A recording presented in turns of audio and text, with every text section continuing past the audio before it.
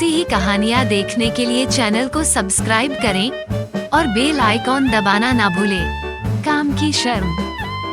एक गांव में रिया नाम की एक लड़की रहती थी। रिया बहुत होशियार थी। वो स्कूल में अच्छे अंक प्राप्त करती थी। इससे उसे खुद पर बहुत गर्व हुआ। रिया के पिता गांव में सफाई कर्मचारी का काम करते थे। झाड़ू वाला आया घर से कचरा निकाल, झाड़ू वाला आया घर से कचरा निकाल, झाड़ू वाला आया घर से कचरा निकाल। वो रोज अपने काम पर जाते थे। जरूरी हो तो ही छुट्टी लेते थे। वो अपना काम बहुत ही ईमानदारी से करते थे। इस वजह से गांव में सभी उसे जानते थे, लेकिन उन्हें उनके नाम से नहीं बल्कि झाड़ू वाला के नाम से संबोधित करते थे। झाड़ू वाला आया घर से कचरा निकाल। रिया स्कूल जाने और वापस आने के समय कई लोग कहते थे, तुम झाड़ू वाले की बेटी हो ना। लेकिन रिया को ये पसंद नहीं आता था। स्कूल में भी उसे झाड़ू वाले की बेटी कहकर चिढ़ाया जाता था। रिया को बहुत गुस्सा आता था, लेकिन वो बिना कुछ कहे सुन लेती थी। झाड़ू वाले की बेटी यह रिया को अपमानित करने जैसे लगता था। रिया घर चली जाती है। रिया घर जाकर अपने पिता के घर आने का इंतजार करती है। शाम को रिया के पिताजी घर आते हैं। रिया अपने पिता के पास जाती है।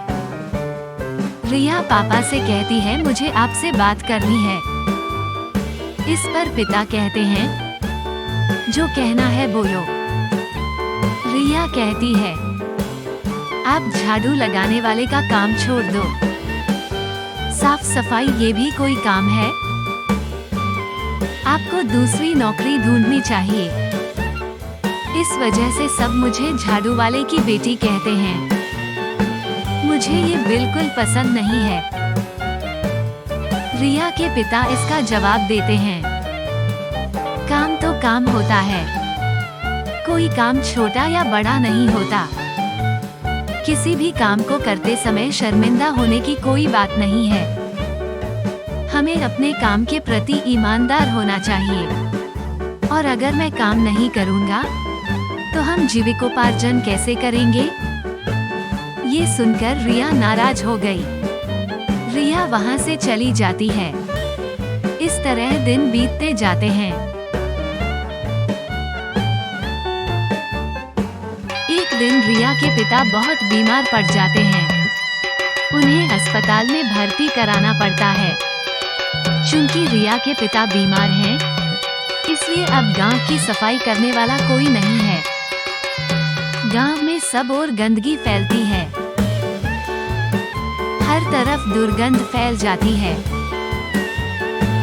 इस कारण गांव में लोग बीमार पड़ने लगते हैं।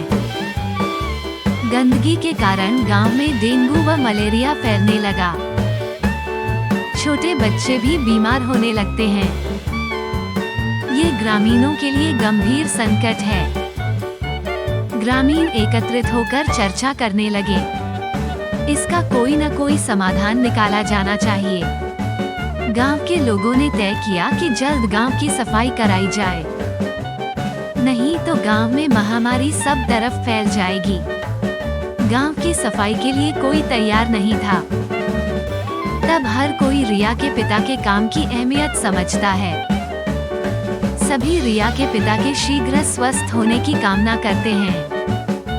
रिया देखती है कि उसे चिढ़ाने वाले बच्चे बीमार पड़ जाते हैं और अस्पताल आ जाते हैं। लोग रिया के पिता को देखने आ रहे थे।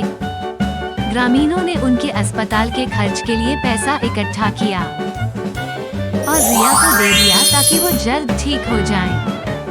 और उससे कहा कि वो इन पैसों से तुम्हारे पिता का इलाज करावो। हम ईश्वर से उनके शीघ्र स्वस्थ होने की प्रार्थना करेंगे। ये देख रिया के ध्यान में आया कि उसके पिता कितना अच्छा काम करते हैं और ग्रामीण उनका सम्मान करते हैं। अब रिया को खुद पर गुस्सा आने लगा। वो तुरंत अपने पिता के पास जाती है और माफी मांगती है। रिया कहती है, मुझे माफ कर दो बाबा, मैं आपसे नाराज थी। अब मैं आपके काम का महत्व समझ गई हूँ। ये देखकर रिया के पिता खुश हो जाते हैं। रिया के पिता जल्दी ठीक हो जाते हैं। उन्हें अस्पताल से छुट्टी मिल जाती है। अगले दिन रिया के पिता अपने काम पर चले जाते हैं। रिया उनकी मदद के लिए जाती है। दोनों मिलकर गांव की सफाई करते हैं। झाड़ू वाला आया घर से कचरा निकाल, झाड़ू वाला आया घर से कचरा निकाल, झाड़ू वाला आया घर से कचरा निकाल। जो बच्चे रिया को स्कूल में चिढ़ा रहे होते हैं, वे उन्हें देखते हैं और वहां आ जाते हैं। वो रिया से कहती है, हमें क्षमा कर दो, आपको चिढ़ाना हमारी गलती थी। तुम्हारे पिता सफाई का काम करते हैं, जिसकी वजह से गांव में बीमारी नहीं फैलती। रिया ने सभी को माफ कर दिया और रिया गर्व से कहती है कि मेरे पापा सफाई का काम करते हैं और मुझे अपने पिता पर गर्व है। कहानी का अर्थ,